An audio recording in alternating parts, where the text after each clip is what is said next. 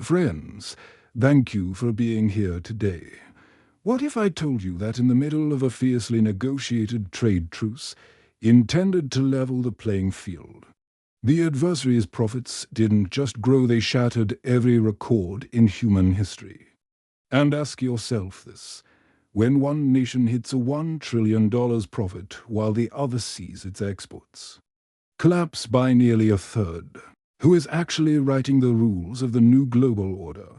Today, we are looking at a tectonic shift in the global economy, a moment that future historians may well cite as the definitive end of the post-Cold War unipolar era. The headlines are dominated by a single, staggering figure: China has achieved a trade surplus exceeding $1 trillion. But the headline hides a far more devastating reality for the United States. While Beijing is accumulating wealth at a pace never before seen, U.S. exports to China have not just dipped.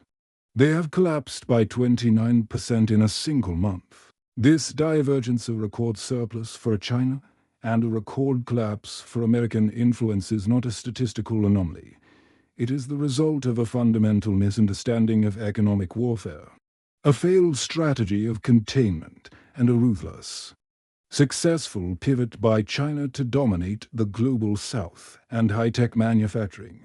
To understand why this is happening, we must look beyond the daily stock tickers and understand the structural dismantling of American economic leverage. Before we dive deeper into the mechanics of this shift, I want to hear your take. Do you believe this $1 trillion surplus signals the irreversible end of American dominance? Or can the US turn this round?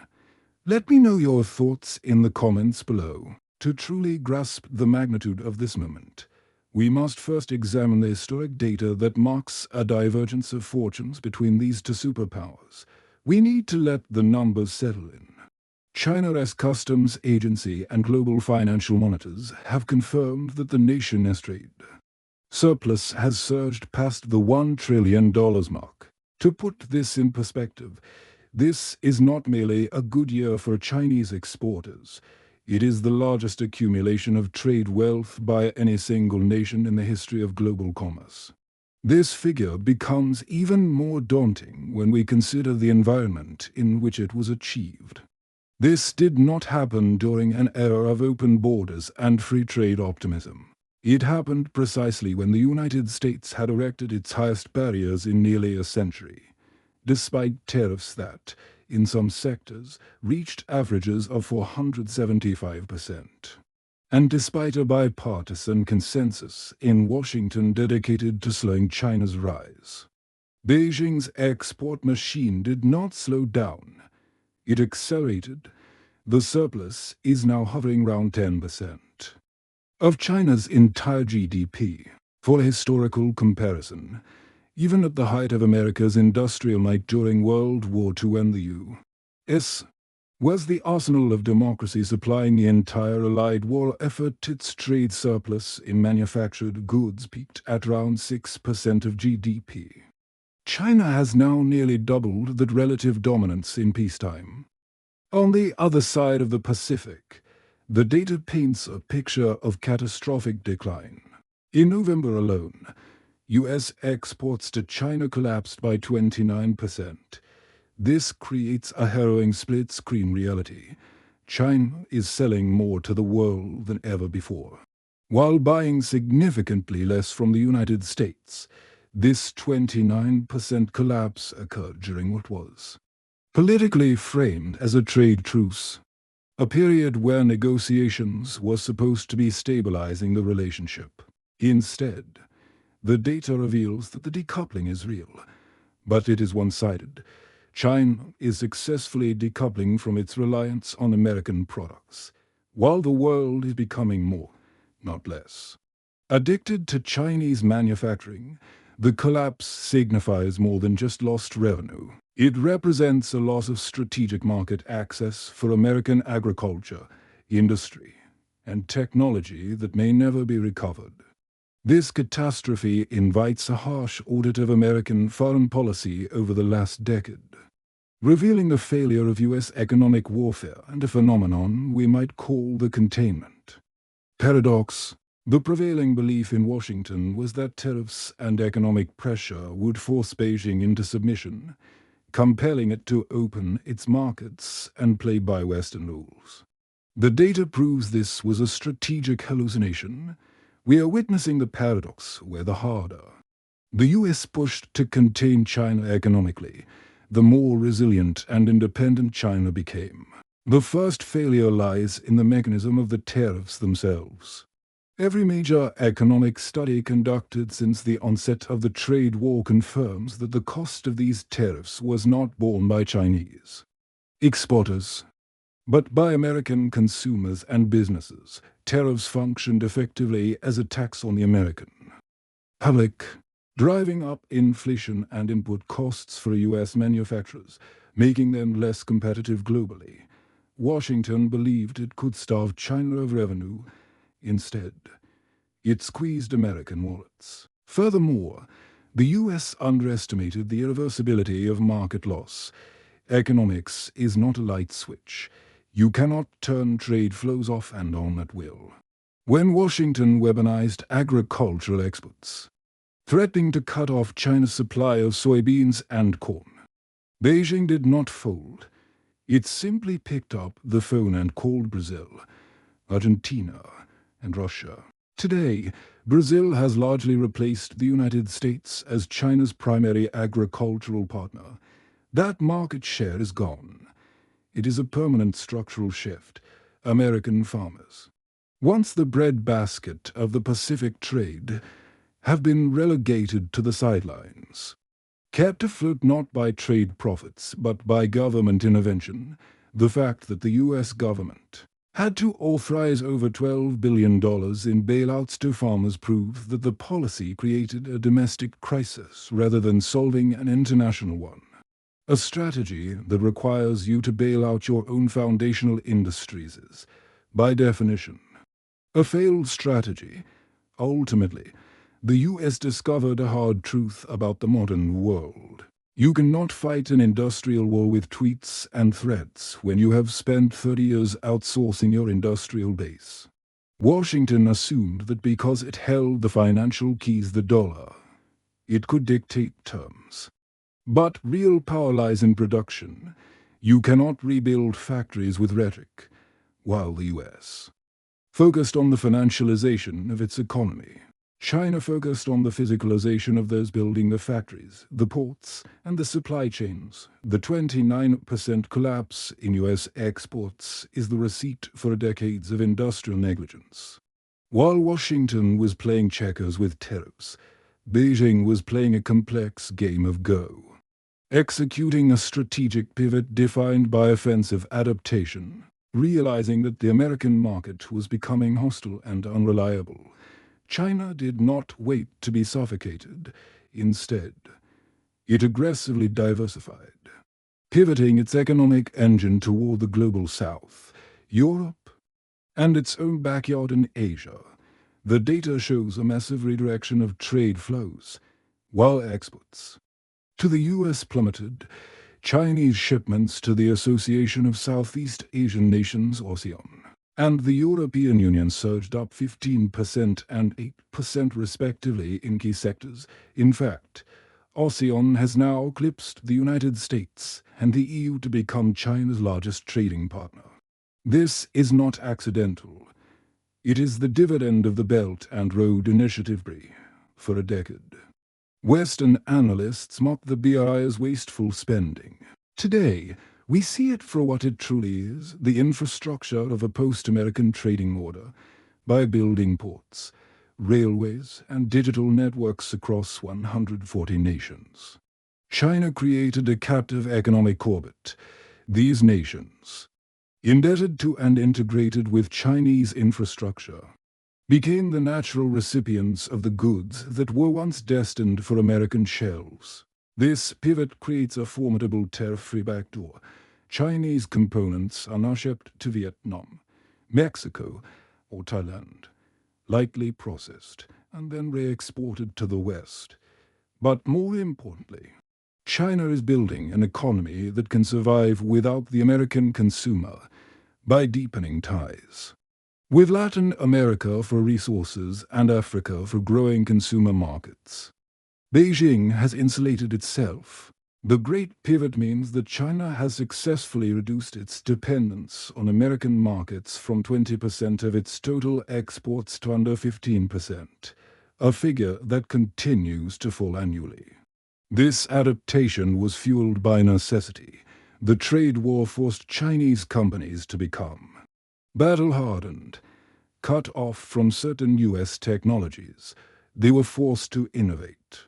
Denied access to U.S. customers, they were forced to find new ones. The result is a Chinese economy that is far more diversified and geoeconomically robust than it was before the trade war began. Washington intended to isolate China. Instead, it inadvertently forced China to globalize on its own terms, bypassing the U.S. centrality that defined the last century. How exactly did China achieve a $1 trillion surplus while the rest of the world slowed down? The answer lies in the mechanics of dominance. Built upon a strategy of power trading and industrial supremacy, the United States engages in capitalism. China engages in power trading. In the Western model, trade is conducted primarily for profit.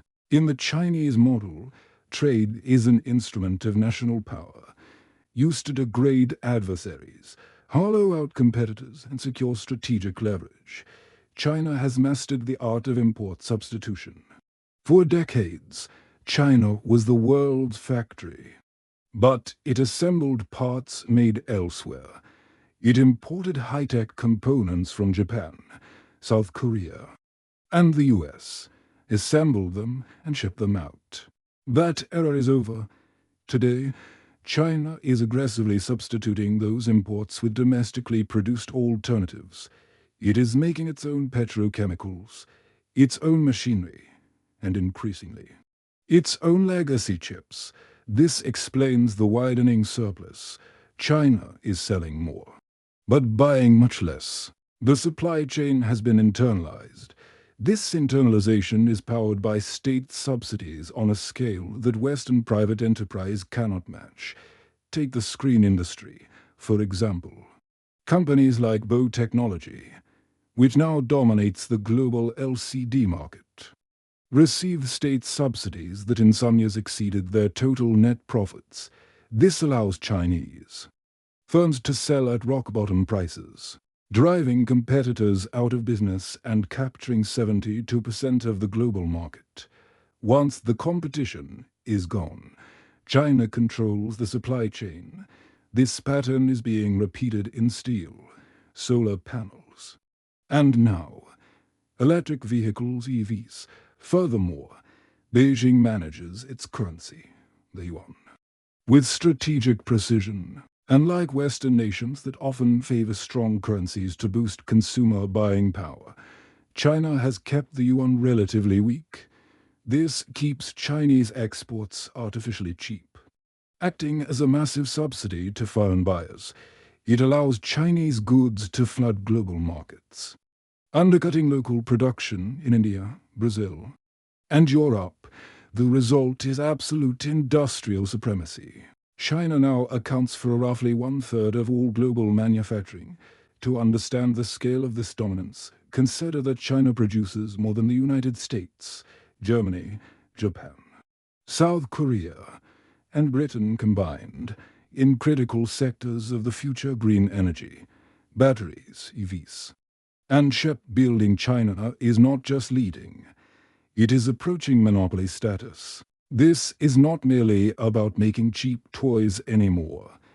It is about dominating the foundational technologies of the 21st century. However, we must also acknowledge the internal driver of this surplus: weak domestic demand and the export of deflation.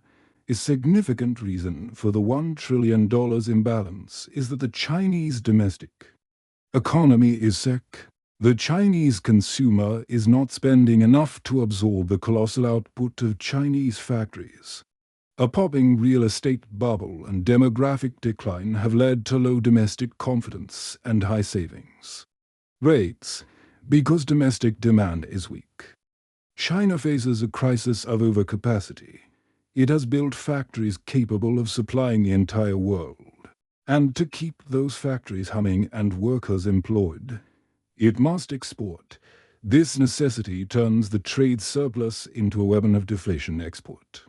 China is flooding the world with goods priced far below the cost of production elsewhere, while this benefits consumers in the short term through lower prices.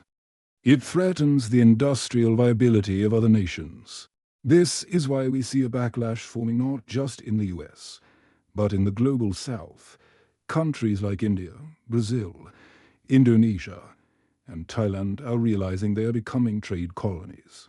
They export raw materials, iron ore, soybeans, lithium to China, and buy back finished manufactured goods, killing their own domestic industries in the process. We are seeing countries that were once friendly to Chinese trade starting to erect their own barriers, fearing that their economies will be hollowed out by this tsunami of Chinese production. The $1 trillion surplus is, in this sense, a measurement of global imbalance that threatens to destabilize not just the West, but the developing world as well. To fully understand why this $1 trillion figure is a tombstone for the old economic order, we must also dismantle a comforting myth that has lulled Western policymakers into complacency for decades. The idea that the United States could remain the world's brain while outsourcing the muscle to China. This California model design here, assembled there, was predicated on the arrogance that manufacturing is a low-value commodity, distinct from the high-value magic of innovation. The current trade data reveals that this distinction is not just false. It is fatal. The assumption was that China would forever remain the assembly line, tightening the screws on iPhones designed in Cupertino, while the US retained the intellectual property and the lion's share of the profits. But innovation is not a lightning bolt that strikes in a vacuum. It is an iterative process that happens on the factory floor.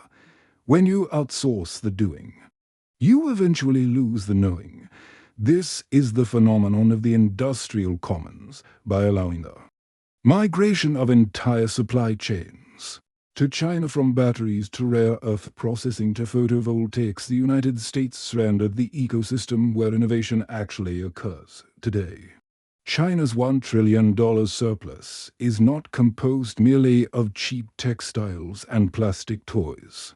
It is increasingly driven by advanced machinery, electric vehicles, and sophisticated electronics. China is no longer just assembling, it is engineering.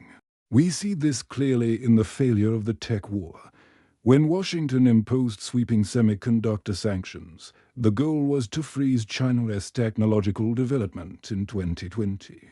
It was a strategy based on the belief that China could not innovate without American permission. The result is Sputnik moment for Beijing. Huawei's release of the Mate 60 Pro, powered by a sophisticated 7-nanometer chip manufactured domestically by SMIC despite the sanctions, proved that the containment wall had failed. The sanctions did not stop China.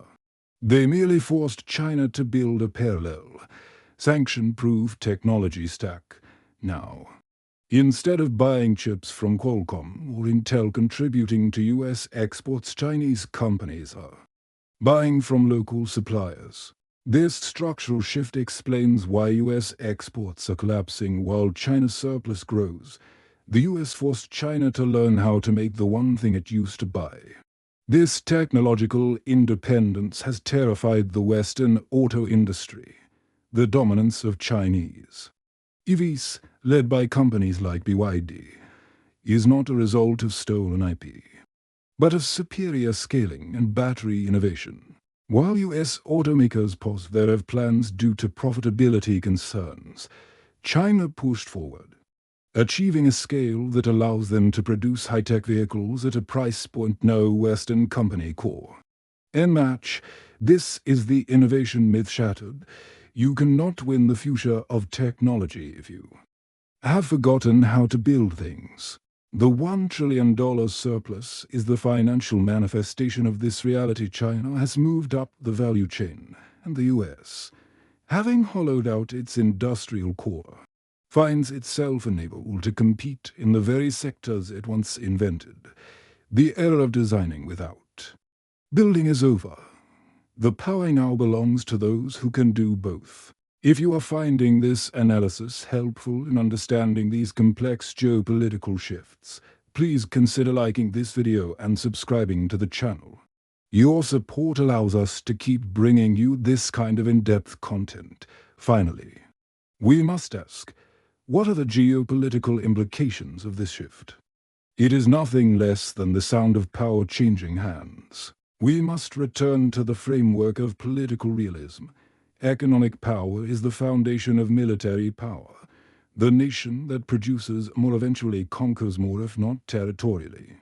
Then strategically, a $1 trillion transfer of wealth is a $1 trillion transfer of strategic capacity. It funds the modernization of the People's Liberation Army, the expansion of the Chinese Navy, already the largest in the world by hull count, and the hardening of Chinese society against future sanctions, the collapse of US exports and the rise of China's surplus signal the acceleration of a multipolar world.